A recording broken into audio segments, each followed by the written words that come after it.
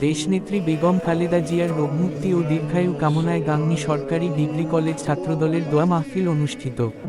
মেহেরপুরের গাংনী সরকারি degree college ছাত্রদলের উদ্যোগে দেশনেত্রী ও তিনবারের সাবেক প্রধানমন্ত্রী বেগম খালেদা জিয়ার রোগমুক্তি, সুস্বাস্থ্য ও দীর্ঘায়ু কামনায় এক বিশাল দোয়া মাহফিল অনুষ্ঠিত হয়েছে।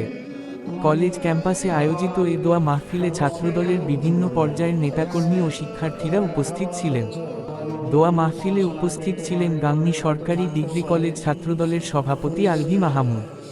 আরও উপস্থিত ছিলেন সাধারণ সম্পাদক রাফিদ হাসান, জেলা ছাত্রদলের সাধারণ সম্পাদক সাজেদুর রহমান বিপ্লব এবং পৌর ছাত্রদলের সদস্য সচিব শিশির আহমেদ শাকিল। বক্তারা বলেন, দেশনেত্রী বেগম খালেদা জিয়া আজ দেশ জাতির এক মূল্যবান সম্পদ। তার সুস্থতা ও দীর্ঘায়ু দেশের মানুষসহ দলের সকল নেতাকর্মীর প্রত্যাশা। তারা আরও বলেন, একজন অভিজ্ঞ, দূরদর্শী ও গণতন্ত্রের প্রতীক নেত্রী হিসেবে বেগম খালেদা জিয়ার সুস্থতা দেশের রাজনৈতিক স্থিতিশীলতার জন্য অত্যন্ত গুরুত্বপূর্ণ।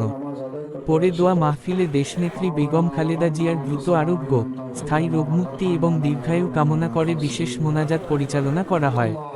মোনাজাতে দেশের শান্তি, সমৃদ্ধি ও জাতীয় উন্নতির জন্যও দোয়া করা হয়। অনুষ্ঠানে কলেজ ছাত্রদলের নেতাকর্মীরা ছাড়াও বিপুল সংখ্যক শিক্ষার্থী অংশগ্রহণ করেন। দোয়া মাহফিল শেষে উপস্থিত সকলের মাঝে তবারক বিতরণ করা হয়। আমাদের নেতা, আমাদের যাদের কল্যাণ কামনা করি তাদের জন্য দোয়া করতে পারি, সে তৌফিক এনায়েত করো। এমন একজন আপসহীন নেত্রীর হয়তো বাংলাদেশে আমরা খুব প্রয়োজন মনে করছি।